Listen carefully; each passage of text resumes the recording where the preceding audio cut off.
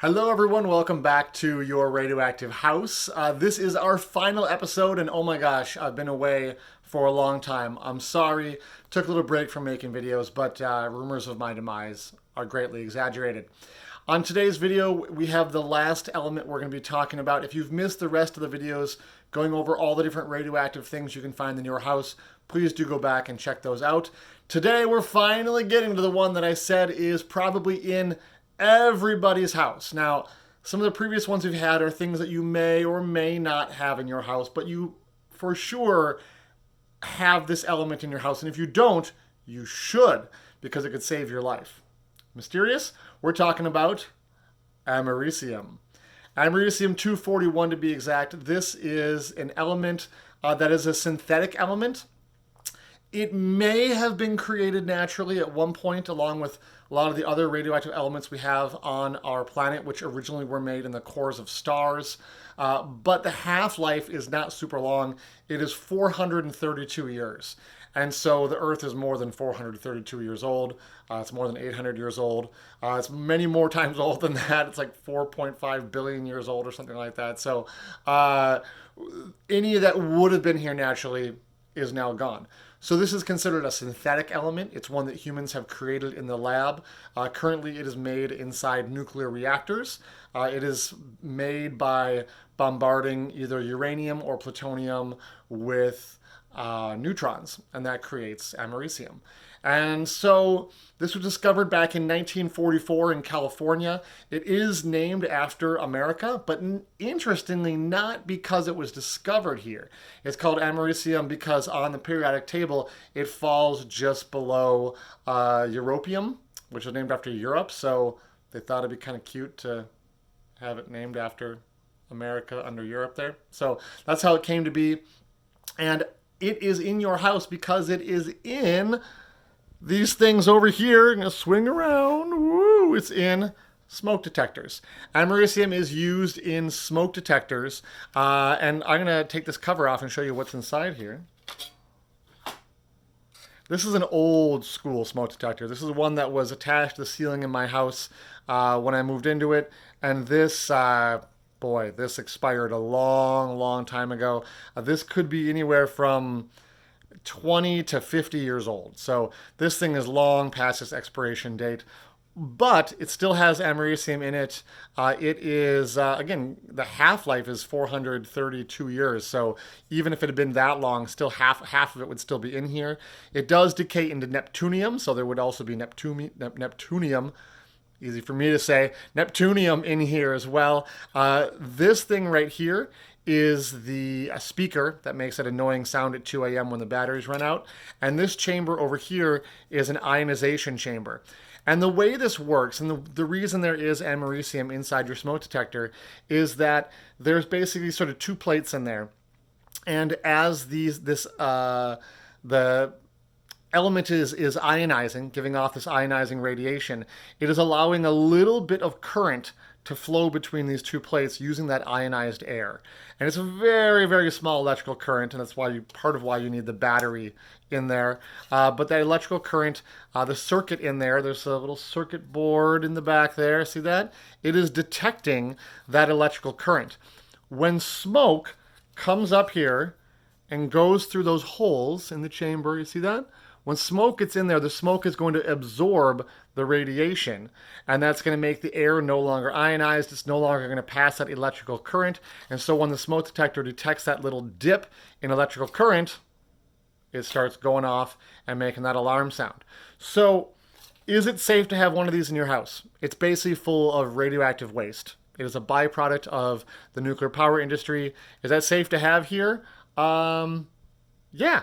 Yeah, it totally is. And we're going to find out why. I'm going to get the Geiger counter out, and we're going to see how much radioactivity is coming off this thing. All right, here we go. All right, so here is the smoke detector, and here is our Rad Alert 50. Going to go ahead and turn it on. It's currently set to counts per minute, and it will right away start detecting some radiation here in my house. If we wait, oh, there you go. There's one little click right there. And so, this is just background radiation. If you've seen the other videos, you know that the background radiation can be somewhere around 20 or so counts per minute. So we should expect to see the numbers going up in here the little clicks there, all right? Now I'm going to bring this close to the chamber where the americium is, and nothing really happens. We're getting a couple of clicks there, but again, if I hold it away out here, not anywhere near that, I'm also going to get a few clicks on there. See, like that? So these things, these emissions we're detecting, you know, I can put this all over here. This is just sort of close to what I would get background in my house. I'm maybe getting a couple of these are actually from the source. There you go. 1 minute is up, and I got 23. I tell you what, that's pretty much average for my house. So a couple of those clicks could have been coming from the radioactive source in here, but probably not. Again, this type of radiation that's in here is alpha radiation. And one of the things we've learned from our previous videos is that alpha radiation, it does not go very far. This metal on here is going to block all that radiation. Even, you know, a piece of paper could probably block that radiation. It also does not travel very far. And to show you that, I'm going to show you not the insides of this old smoke detector, but a much more modern one.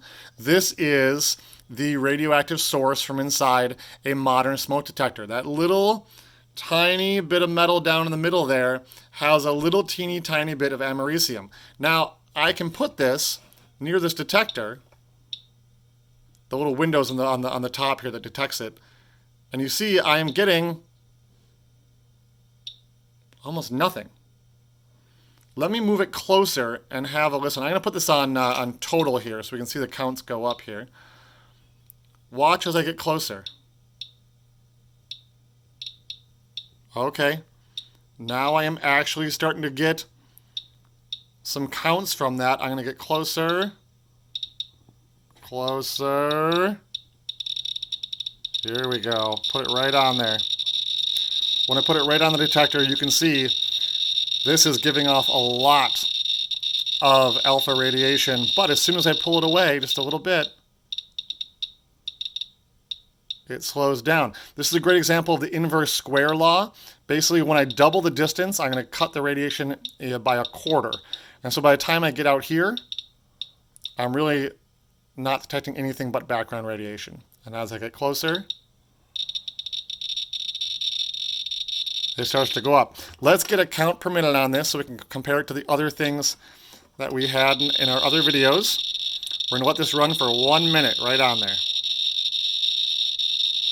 And yes, I have my finger against the back of this, but again, even the plastic and the metal housing that this is in is blocking all that radiation, so it's not going into my body.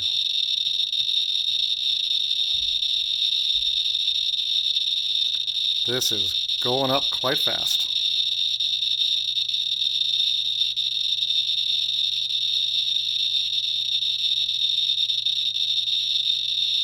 Such a lovely sound, don't you think?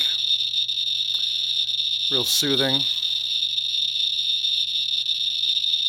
All right, every one of these that's hitting there is making it go up by 1. There's probably actually much more than this. We're only detecting a percentage of the ones that are actually coming out. Coming up on 1 minute here pretty soon. There we go.